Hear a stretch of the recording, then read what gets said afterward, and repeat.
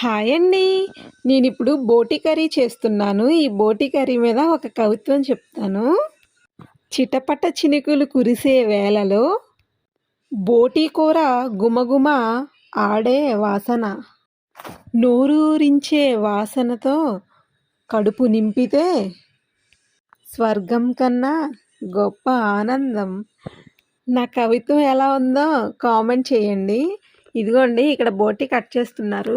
ఈ బోటిని ఎలా వండుకోవాలో చూపించేస్తాను, చూసేయండి. ముక్కలు కట్ చేసుకోవాలి ఈ బోటిని.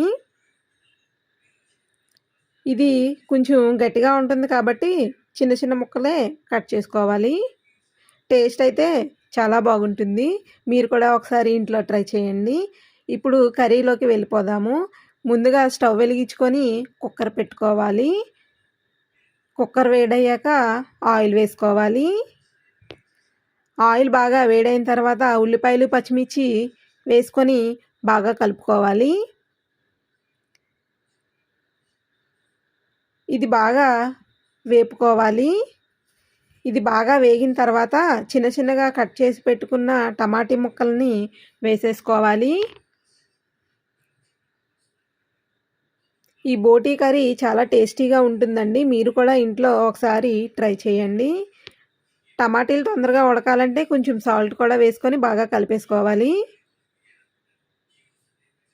మేమైతే బోటీ కూర చాలా ఇష్టంగా తింటామండి. మీరు కూడా ట్రై చేయండి, చాలా టేస్టీగా ఉంటుంది.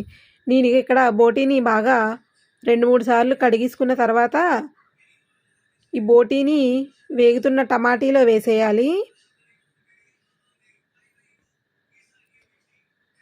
ఈ బోటీ వేసుకున్న తర్వాత బాగా కలుపుకోవాలి. కొంచెం సాల్ట్ వేసుకుందాము. అలానే పసుపు కూడా వేసుకొని బాగా కలిపేసుకోవాలి. ఇదిగోండి వాటర్ అంతా పైకి వచ్చేసింది. మనం ఇంకా వాటర్ ఇప్పుడు వేసుకోవట్లేదు. 2-3 విజిల్లు వచ్చాక అప్పుడు వేసుకుందాము.